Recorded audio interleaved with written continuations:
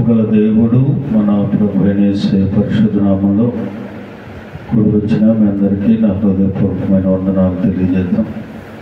కొద్దిసేపు దేవుని మాటలు విందాం. పరిశుద్ధ గ్రంథం నుండి ఇప్పుడు మనం చదువుకున్న కీర్తన గ్రంథం 139వ కీర్తన 1, 2, 3 వచనాలు చదువుకున్నాం. యెహోవా, నీవు నన్ను పరిశోధించి తెలుసుకొని ఉన్నావు. నేను కూర్చుండుట, నేను లేచుట నీకు తెలియను. నాకు తలంపు పుట్టక మునిపే నీవు నా మనస్సును గ్రహించి ఉన్నావు. నా నడకను నా పడకను నీవు పరిశీలన చేయుచున్నావు. నా చర్యలన్నిటినీ నీవు బాగుగా తెలుసుకొని ఉన్నావు. ప్రార్థన చేసుకుందాం. కృపగల దేవానికి వందనాలు. ఈ చదవబడిన లేఖన భాగం నీ బిడ్డలకు వివరించే జ్ఞానము నాకు లేదు నాయన. నీ సిలువ చాటు నన్ను మరుగుపరిచి నీ మాటలు మాకు వినిపించి వాటిని మా హృదయాల్లో భద్రపరుచుకొని నీ లేఖనానుసారంగా జీవించే కృప మాకు అనుగ్రహించి మహిమ పొందమని మా ప్రభువును ప్రియరక్షకుడు త్వరలో రానయ్యున్న యేసయ్య అతి శ్రేష్టమైన నామంలో అడిగి వేడుకొనుచు ప్రార్థిస్తున్నాను మా పరమ తండ్రి. ప్రియమైన దేవుని బిడ్డలారా, చదవబడిన లేఖన భాగంలో భక్తుడైన దావీదు గారు ఆయన యెహోవా, నీవు నన్ను పరిశోధించి తెలుసుకొని ఉన్నావు. నేను కూర్చుండుట, నేను లేచుట నీకు తెలియను. నాకు తలంపు పుట్టక మునిపే నీవు నా మనస్సును గ్రహించి ఉన్నావు. నా నడకను నా పడకను నీవు పరిశీలన చేయుచున్నావు. నా చర్యలన్నిటినీ బాగుగా తెలుసుకొని ఉన్నావు. హల్లెలూయా. భక్తుడైన దావీదు గారు ఆయన రాసిన కీర్తన గ్రంథంలో దేవునికి అన్నీ తెలుసు. మనం కూర్చుండుట, మనం నడుచుట, మన పడక నడక తలంపు ఆయన హృదయాంతరంగాలు ఎరిగిన దేవుడు కనుక మనం ఏమనుకుంటామంటే ఎవరో చూడలేదులే, మనం ఏం చేసినా జరిగిపోద్ది, మనల్ని ఎవరు చూస్తున్నారు, ఈ చెప్పే వాక్యాలన్నీ లేదా దైవ సేవకులు చెప్పే వాక్యాలన్నీ వారు మామూలుగా ఆచారంగా చెప్పుకొని వెళ్ళిపోతుంటారులే అని అనుకుంటుంటాం. కానీ భక్తుడు అంటున్నాడు, నువ్వు చేసే ప్రతిదీ దేవుడు చూస్తూ ఉన్నాడు అని అంటా ఉన్నాడు. నీ తలంపుకు రాకమునిపే నీ చర్యలన్నిటినీ ఆయన గమనిస్తున్నాడు అని అంటాడు. అయితే భూమి మీద మానవుడు ఏం చేయాలి? దేవుణ్ణి తెలుసుకున్నవాడు, దేవునిలో కొనసాగేవాడు, రక్షణానుభవంలో కొనసాగుతున్న వ్యక్తి కూడా కొన్నిటిని తెలుసుకోవాలట. వీటిని ఆయన గమనిస్తూ ఉంటాడట. వాటిని అనుసరించి నడవకపోతే నరకానికి వెళ్తామని, నీవు బాగుగా వాటిని ఎరిగి ఉండమని ఈ ఉదయకాల సమయం దేవుడు కొన్ని వాక్యాల ద్వారా మనల్ని హెచ్చరిస్తున్నాడు. ప్రియమైన దేవుని బిడ్డలారా, ప్రభు యొక్క పరిశుద్ధ రక్తములో శరీరంలో పాలు పొందటానికి వచ్చిన మనము కొన్ని కార్యాలను గ్రహించవలసిన వారంగా ఉన్నాం. బాగుగా తెలుసుకోవలసిన వారంగా ఉన్నాం. మనలను ఆయన బాగుగా ఎరిగి ఉన్నాడు కనుక మనం కూడా బాగా చేయవలసినవి, పరిశీలించవలసినవి కొన్ని ఉన్నాయి. వాటిని ఆయన పరిశీలిస్తాడని, వాటిని ఆయన పరిగణలోనికి తీసుకుంటాడని ఈ ఉదయకాల సమయం దేవుని వాక్యం చేత కొన్ని మాటలు మనం నేర్చుకుందాం. తర్వాత బల్లారాధన ఉంది కాబట్టి కొద్దిసేపు దేవుని వాక్యాన్ని చెప్పి ముగిస్తా. 10 విషయాలను మీకు తెలియజేస్తాను. మొట్టమొదటిగా మనం గమనించవలసింది, పరిశీలించవలసింది ఏమిటి అని మనం ఆలోచన చేస్తే 14వ వచనంలోనే చెప్పాడు. 39 ఇప్పుడు మనం చదువుకున్న వాక్యంలోనే 14వ వచనంలో ఆయన చెప్పిన మాట ఏమిటంటే, నీవు నన్ను కలుగు చేసిన విధము చూడగా భయమును ఆశ్చర్యమును నాకు పుట్టుచున్నది. అందును బట్టి నేను నీకు కృతజ్ఞతాస్తుతులు చెల్లించుచున్నాను. నీ కార్యములు ఆశ్చర్యకరములు, ఆ సంగతి నాకు బాగుగా తెలిసి ఉన్నది. హల్లెలూయా. చాలా మంది వీటిని గ్రహించరు. దేవుడు ఉన్నాడు అనే విషయాన్ని కూడా వారు గ్రహించుకోరు. దేవుడు ఒక సృష్టికర్త ఉన్నాడు. ఈ సృష్టిని సృష్టించిన విధము ద్వారా సృష్టి యొక్క క్రమము ద్వారా మనము నిర్మింపబడిన నిర్మాణము ద్వారా దీని వెనక ఒక సృష్టికర్త ఉన్నాడు. ఆయన ఆశ్చర్య కార్యముల ద్వారా మనం నిర్మింపబడ్డాం. ఆయన వాక్కు చేత, ఆయన ఒక్క మాట చేత ఇవంతా సృష్టించబడింది అనే గ్రహించుకోలేని పరిస్థితిలో ఉన్నాడు మానవుడు. దేవుని వాక్యం అంటుంది, కానీ ఆశ్చర్య కార్యములు నాకు బాగా తెలుసు. హల్లెలూయా. మానవుడు తెలుసుకోవాల్సిన విషయాలు, ముఖ్యంగా దేవుణ్ణి ఎరిగిన వాడు తెలుసుకోవాల్సిన విషయాలంటే దీని వెనకాల సృష్టికర్త ఉన్నాడు, ఆయనే యేసయ్య. హల్లెలూయా. అది బాగా తెలుసుకోవాలి నువ్వు. అంతేకాదు, నీ కూర్చుంట, లేచుట, పడక, నడక, నీ తలంపు పుట్టక మునిపోయి ఒక ఆయన ఉన్నాడు, ఆయన గ్రహిస్తున్నాడు అనే సంగతిని మనం గ్రహించాలి. ఆయన ఆశ్చర్య కార్యములు మనం తెలుసుకోవాలి. మొదటిగా ఆయన చేసిన ఆశ్చర్య కార్యములు చూడండి. మనం నీళ్ళ ట్యాంకును నింపుకోవాలంటే 1 గంట, 2 గంటలు, 3 గంటలు ట్యాంక్ నింపుకుంటాం. అది మరి సాయంకాలానికి అయిపోతుంది. కానీ ఆయా కాలాలలో వర్షాకాలం కొన్ని వాగులు ముండిపోయి, ప్రదేశాలు ముండిపోయి, ప్రాంతాలు ముండిపోయి, దేశాలు మునిగిపోయి కొట్టుకుపోతూ ఉంటాయి. పైనుంచి పడిన వర్షం ద్వారా, వరదల ద్వారా ఇవన్నీ ఎక్కడ దాచాడు దేవుడు? ఎక్కడున్నాయి? దానికి బల్ల కట్టి స్లాబ్ వేసి నీరు నిల్వ చేశాడా? లేదుగా. ప్రియమైన దేవుని బిడ్డలారా, గ్రహించుకోవాలి. దీని వెనక ఒక ఆయన ఉన్నాడు, నిర్మాణకుడు ఉన్నాడు, సృష్టికర్త ఉన్నాడు. ఆయన ఆశ్చర్య కార్యముల ద్వారా ఇవన్నీ జరుగుతూ ఉన్నాయి అన్న సంగతిని మొదటిగా మానవుడు తెలుసుకోవాలి. ఆయన ఆశ్చర్య కార్యములను గుర్తుపెట్టుకో. చూడండి, చాలా మంది మనం సాక్ష్యాలు చెప్తూ ఉంటాం, సాక్ష్యాలు వింటూ ఉంటాం. చూడండి, ఈ పరిస్థితుల్లో నేను ఉన్నప్పుడు దేవుడు నన్ను రక్షించాడు, ఈ రీతిగా నేను ఉన్నానంటే ఆయన ఆశ్చర్య కార్యముల ద్వారా నా కుటుంబం రక్షించబడింది, నేను రక్షించబడ్డాను అని చెప్తాడు. ఎందుకని? అతను అనుభవించాడు కాబట్టి, ఆశ్చర్య కార్యం ఆయన తెలుసుకున్నాడు కాబట్టి రక్షణ అనుభవంలో కొనసాగుతుంటాడు. మొదటిగా మానవుడు తెలుసుకోవాల్సింది ఆయన ఆశ్చర్య కార్యములు. రెండవది చూడండి, నెహెమ్యా గ్రంథము 8వ అధ్యాయము 8వ వచనం. నెహెమ్యా గ్రంథము 8వ అధ్యాయము 8వ వచనం. ఇటీవలే వారు దేవుని గ్రంథమును స్పష్టముగా చదివి వినిపించి జనులు బాగుగా గ్రహించినట్లు దాని అర్థము చెప్పిరి. హల్లెలూయా. దేన్ని గ్రహించాలి? మొదటిగా ఆయన ఆశ్చర్య కార్యములు గ్రహించాలి.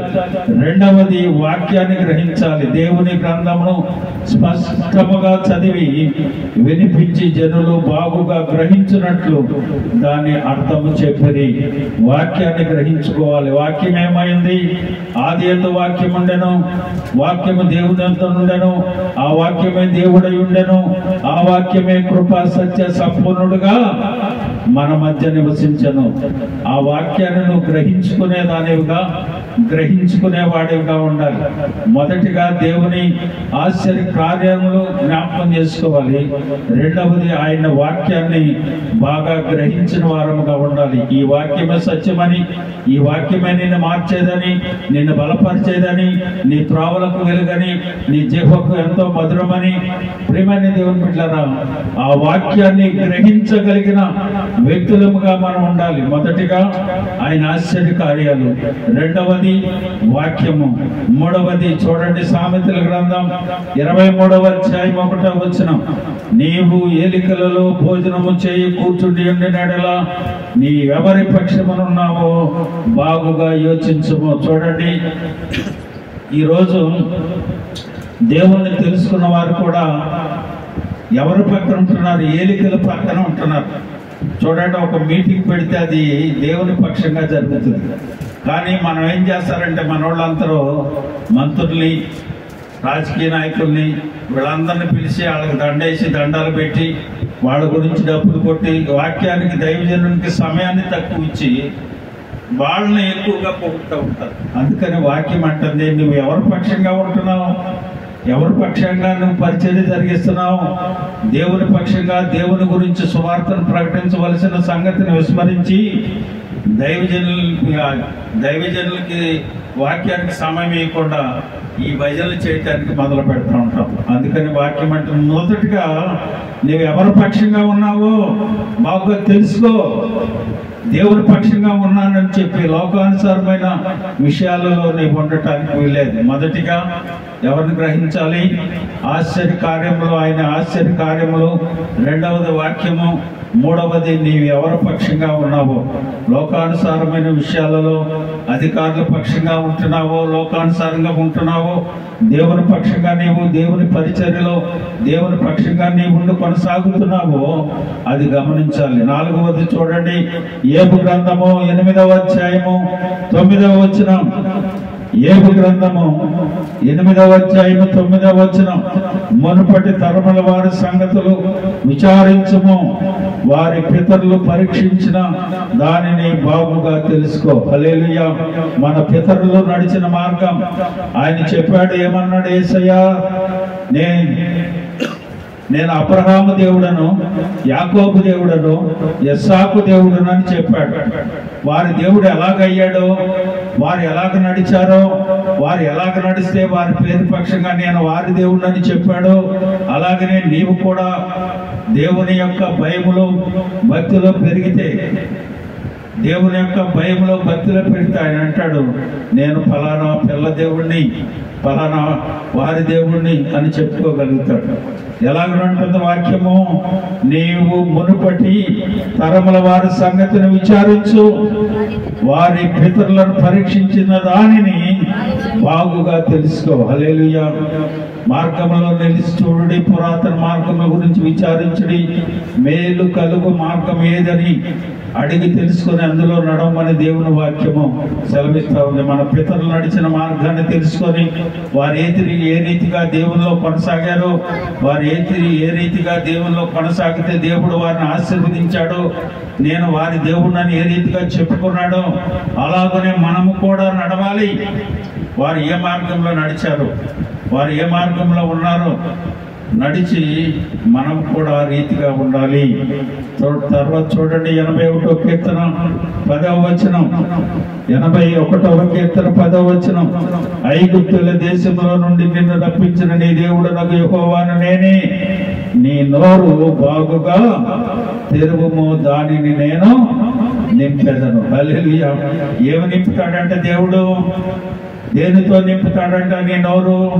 నీ నోరు బాగుగా తెరిగితే దేవుని వాక్కుతో నింపుతాడు. అది నీకు మధురముగా ఉంటది, అది నిన్ను జీవింపజేస్తుంది, బ్రతికిస్తుంది. కానీ ప్రియమైన దేవుని బిడ్డలారా, మన నోరు దేనికోసం తెరుస్తున్నాం? దేవుని వాక్కు కోసం కాదు. ఏయో మాట్లాడటానికి తెలుస్తూ ఉంటాం, కానీ దేవుని వాక్యం అంటా ఉంది, నీ నోరు బాగుగా తెరువు, దానిని నేను నా వాక్కుతో నింపుతాను అని. చూడండి, 5 విషయాలు చెప్పాను. దేవుని యొక్క ఆశ్చర్య క్రియలను గమనించాలి, నీవెవరి పక్షాన ఉన్నావో తెలుసుకోవాలి, వాక్యాన్ని గ్రహించాలి, పితరులను పరీక్షించి తెలుసుకోవాలి, నోటిని నువ్వు బాగుగా తెరవాలి. 6వ చూడండి, సామెతల గ్రంథము 14వ అధ్యాయం 15వ వచనం. సామెతల గ్రంథము 14వ అధ్యాయము 15వ వచనం. జ్ఞానము లేనివాడు ప్రతి మాటను నమ్మును, వివేకి అయిన వాడు తన నడతను బాగుగా కనిపెట్టును. హల్లెలూయా. నీ నడతను నువ్వు బాగుగా కనిపెట్టుకునేవాడుగా ఉండాలి. మనం అనుకుంటా ఉన్నామనంటే, మనం నమ్మి బాప్తిస్మం తీసుకున్న తర్వాత మనం నడిచే ప్రతి నడత, మనం నడిచే ప్రతి మాట కరెక్టే అని మనం అనుకుంటాం. కానీ అది బాగుగా ఉందో లేదో నువ్వు కనిపెట్టి చూసుకోమని దేవుడు ఈ ఉదయకాల సమయం మనల్ని హెచ్చరిస్తూ ఉన్నాడు. అంతేకాదు, తన ఇంటి వారి నడతను కూడా బాగుగా కనిపెట్టేవారుగా ఉండాలంట. సామెతల గ్రంథం 31:27లో ఆమె తన ఇంటి వారి నడతను బాగుగా కనిపెట్టెను. హల్లెలూయా. ఇంటి వారి నడతను కనిపెట్టి, నీ నడత ఎలా ఉందో, నీ ఇంటి వారి నడత ఎలా ఉందో కనిపెట్టే వారముగా మనం ఉండాలి. చూడండి, 1 తిమోతి పత్రిక 3వ అధ్యాయము 4వ వచనం, సంపూర్ణ మాన్యత కలిగి తన పిల్లలను స్వాధీనపరచుకొనుచు తన ఇంటి వారిని బాగుగా ఏలువాడై ఉండవలెను. ఏం కలిగి ఉండాలట?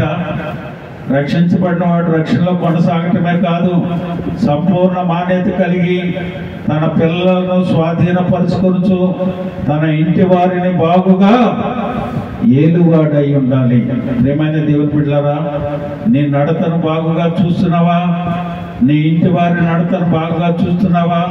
ఇంటి వారిని బాగుగా ఏలువారుగా మనం ఉంటా ఉన్నామా? వీటన్నిటినీ గమనిస్తున్నాడు దేవుడు. నీవు బాగా ఉండి నీ ఇంటిలో పరిస్థితులు బాగోకపోతే చూస్తా ఊరుకోడాయన. నీవు బాగా ఉండి పిల్లలు దారి తప్పుతా ఉంటే చూస్తా ఊరుకోడు. నీవు నీ ఇంటి వారు అందరూ రక్షణ పొందాలి. హల్లెలూయా. వారి నడతను కనిపెట్టి వారి మంచి మార్గంలో నడిచేటట్లుగా పిల్లల దారిలో పెట్టుకునే వారిగా ఉండాలి. నాది నేను చూసుకుంటానులే, నా కుటుంబం వద్దంటే కుదరదు. దేవుని వాక్యం అంటా ఉంది కదా, సంపూర్ణ మాన్యత కలిగి తన పిల్లలను స్వాధీనపరచుకోని పిల్లలు, కుటుంబ యజమానురాలు తన పిల్లలను స్వాధీనంలో ఉంచుకొని తన ఇంటి వారిని బాగుగా ఏలువారై ఉండాలి. హల్లెలూయా. అంతేగాని నేను బైబిల్ పట్టి తిరుగుతాను, నా ఇష్టానుసారంగానే ప్రవర్తిస్తానంటే కుదరదు. ఒక ఆమె వచ్చి దైవజనుడి దగ్గరకు వచ్చి ప్రార్థన చేస్తున్నా అడిగిందంట, అయ్యగారు ఈ మధ్యకాల సమయంలో నేను ప్రార్థనలో నడవలేకపోతున్నాను, సరిగ్గా ఉండలేకపోతున్నాను. నా యజమానుడు పరిస్థితి మా ఇద్దరికి మాట కలవట్లేదు. పరిస్థితులు ఏంటో తారుమారుగా ఉన్నాయి. ఉదయం లేచిన దగ్గర నుంచి సాయంకాలం వరకు నేను పరిచర్యలను కొనసాగుతుంటాను. ఎందుకు ఇలా జరుగుతుంది ఒకసారి ప్రార్థన చేసి చెప్పమన్నాడంటే, ఎందుకు ఇలా జరుగుతుంది? ఉదయం లేచింది, బైబిల్ తీసుకుంటుంది, ఎక్కడ ఆరాధన అంటే అక్కడికి వెళ్ళిపోతుంది, ఎక్కడ ఆరాధన అంటే అక్కడ ఉంటా ఉంది, ప్రార్థన అయినాక వస్తుంది. సరే, ఈయన ఒకసారి అన్నాడు, 2 సార్లు అన్నాడు, 3 సార్లు అన్నాడు. ఆయన అన్నాడు, అసలు నువ్వు మారావమ్మా అన్నాడు. అదేంటండి? బైబిల్ పట్టుకొని పొద్దున్న లేచి మన సంఘంలో ఎక్కడ ఏ రోజు ఆరాధన జరుగుతూ ఉన్నా ముందుండేది నేనేగా, ముందు ప్రార్థన చేసేది నేనేగా, అన్నింటిని నడిపించేది నేనేగా అని అంటా ఉన్నా. అప్పుడు అన్నాడంట దైవజనుడు, నువ్వు మారావా? అసలు దేవుని వాక్యం ఏమంటా ఉంది? తన ఇంటి వారి నడతను కనిపెట్టే ముందు నువ్వు రక్షణ పొందావు. నీ భక్తిని కాపాడుకో, నీ నడతను బాగు చేసుకో, తన ఇంటి వారి నడతను కనిపెట్టు. పూర్ణ బాధ్యతలు నువ్వు తీసుకొని నీ పిల్లలు ఎలా ఉన్నారో, నీ కుటుంబం ఎలా ఉందో, నీ యజమానుడు ఎలా ఉందో అది లేకుండా నువ్వు తిరుగుతూ ఉంటే నువ్వు పనికి ఉదయం ప్రార్థనకి వెళ్ళి సాయంకాలం వచ్చేటప్పటికి అన్నం కూర ఎవరు వండుతున్నట్టు ఆయనే వండుతున్నాడు. ఏం చేస్తుందేమా? బైబిల్ పట్టుకుని వెళ్తుంది. ప్రియమైన దేవుని బిడ్డలారా, చాలా మంది ఇలాంటి పరిస్థితుల్లోనే ఉంటా ఉన్నారు. బైబిల్ పట్టుకొని వెళ్ళి ప్రార్థనకి వెళ్ళినంత మాత్రంలో నువ్వు పరిశుద్ధురాలు అయిపోవు. తన ఇంటి వారిని బాగుగా ఎరిగే వాళ్ళు ఉండాలి. నీ పిల్లల నడతను కనిపెట్టేవారుగా ఉండాలి. నీ నడతను బాగు చేసుకునే దానిగా ఉండాలి. యజమానుని గౌరవించేటట్టు ఉండాలి. కుటుంబాన్ని ఐక్యపరుచుకునేటట్లుగా ఉండాలి. జ్ఞానవంతురాలై తన ఇల్లు కట్టుకునేటట్టుగా ఉండాలి. అంతేగాని నేను ప్రార్థన చేస్తున్నానులే, నేను బాప్తిసం తీసుకున్నానులే, నేను బలారాధనలో పాల్గొంటున్నానంటే కుదరదు. దేవుని వాక్యాన్ని గమనించండి. అందుకని దేవుని వాక్యాన్ని గ్రహించేవారిగా ఉండాలని రెండవదిగా నేను చెప్పింది. వాక్యానుసారంగా మనం ఉన్నామో లేదో చూసుకోవాలి, చూసుకొని నడవాలి. మన ఇంటి వారి నడతను కనిపెట్టి, మా ఇంటి వారి ఏ రీతిగా ఉన్నారో చూడండి. ఆ రీతిగా దేవుని యొక్క సన్నిధిలో మనం నడవాలి. తర్వాత చూడండి, గలతీ పత్రిక 5వ అధ్యాయము 7వ వచనం, బాగుగా పరిగెత్తేవాడుగా మనం ఉండాలి. మీరు బాగుగా పరిగెత్తి చుట్టూరి సత్యమునకు విధేయులు కాకుండా మిమ్మల్ని ఎవడు అడ్డగిస్తాడు? హల్లెలూయా. దేని గురించి? గురి వద్దకు పరిగెట్టాలి, సత్యం వద్దకు పరిగెట్టాలి. యేసయ్య అన్నాడు, నేనే మార్గమును సత్యమును జీవమునై ఉన్నాను అని అన్నాడు. ఆ సత్యం వైపు పరిగెట్టే వారముగా మనం ఉండాలి, బాగుగా పరిగెత్తే వారముగా మనం ఉండాలి. ఎవరి వద్దకు? గురి వద్దకు. మన గురి ఎవరు? యేసయ్య. ఆయన వద్దకు పరిగెట్టే వారంగా మనం ఉండాలి. అంతేగాని మన ఇష్టానుసారంగా జీవించడానికి వీలేదు. 9 చెప్పాను. ఏం చెప్పాను చెప్పండి? మొదటగా ఆయన కార్యాలను గమనించే వారంగా ఉండాలి, దేవుని వాక్యాన్ని గ్రహించే వారంగా ఉండాలి, ఎవరి పక్షంగా మనం ఉన్నామో గ్రహించాలి, పితరులను పరీక్షించి తెలుసుకోవాలి, మన నోటిని బాగుగా తెలుసుకోవాలి, మన నడతను తెలుసుకోవాలి, తన ఇంటి వారి నడతను తెలుసుకోవాలి, తన ఇంటి వారిని బాగుగా ఏలువారై ఉండాలి, బాగుగా పరిగెత్తేవారై ఉండాలి, చివరిగా ఆజ్ఞలు నెరవేర్చే వాళ్ళగా మనం ఉండాలి. చూడండి, యాకోబు అంటాడు, యాకోబు పత్రిక 2వ అధ్యాయం 8వ వచనం. యాకోబు పత్రిక 2వ అధ్యాయము 8వ వచనం. మెట్టకు నీ వలెనే నీ పొరుగు వారిని ప్రేమించమను లేఖనములలో ఉన్నట్టి ప్రాముఖ్యమైన ఈ ఆజ్ఞను మీరు నెరవేర్చిన ఎడల బాగుగానే ప్రవర్తించువారగుదురు. హల్లెలూయా. లేఖనాలను తెలుసుకొని ఆజ్ఞలను అనుసరించి నడిస్తే ఏమండి? వాక్యం నడిస్తే ఏమిటంట? బాగుగా ప్రవర్తించేవారగుదురు. దేవుడు నీ ప్రవర్తనను కూడా కనిపెడతాడు. బాగుగా నువ్వు ప్రవర్తిస్తే ఆజ్ఞలను నెరవేర్చి ప్రవర్తించేవారుగా మనం ఉండాలి. భక్తుడైన దావీదు అంటాడు, అయ్యా వీటిని నేను చేయలేకపోతున్నానేమో, నా దోషం పోవునట్లు నన్ను బాగా కడుగు, నా పాపం పోవునట్లు నన్ను పవిత్రపరచు. హల్లెలూయా. ప్రియమైన దేవుని బిడ్డలారా, ఇలాగున మనం నడవకపోతే దేవుడు ఏం చేస్తాడు తెలుసా? చూడండి, మత్తయి సువార్త 3వ అధ్యాయం 12 ముగించేస్తాడు. మత్తయి సువార్త 3వ అధ్యాయం 12వ వచనం. ఆయన చేతిలో ఉన్నది ఆయన కళ్ళమును బాగుగా శుభ్రము చేసి గోధుమలను కొట్టులో పోసి ఆరని అగ్నితో పొట్టును కాల్చివేయనని వారితో చెప్పాను. హల్లెలూయా. దేవుడు చెప్పినట్లు ప్రవర్తించినోడు ఏమవుతాడు? పొట్టులాగా ఎగిరిపోతాడు. ఆ పొట్టు ఏం చేయబడద్ది? అగ్నిలో వేసి కాల్చివేయబడద్ది. దేవుడు చెప్పినట్లు మనం చేయకపోతే, ఆయనను ఆజ్ఞలను అనుసరించి నడవకపోతే పొట్టు వలె కాలిపోతాం. అదే ఆయన ఆజ్ఞలను అనుసరించి నడుస్తూ ఉంటే ఆ గింజలను దాచి ఆయన పుట్లో పెట్టుకుని భద్రంగా కాపాడుకుంటాడు. హల్లెలూయా. కనుక ప్రియమైన దేవుని బిడ్డలారా, ఈ ఉదయకాల సమయం దేవుని వాక్యాన్ని వింటున్న నీవు, ఆయన పరిశుద్ధ రక్తములో శరీరములో పాలు పొందుతున్న నీవు, అన్నిటినీ గమనించి అన్నిటినీ పరిశోధించే దేవుడు చూస్తున్నాడు అని గమనించి, దేవుడు మనకి ఏమైతే లేఖనాల్లో చెప్పాడో వాటన్నిటిని అనుసరించి నడిచి ఆయన కొట్టులో భద్రముగా దాచబడదముగా అందరు తల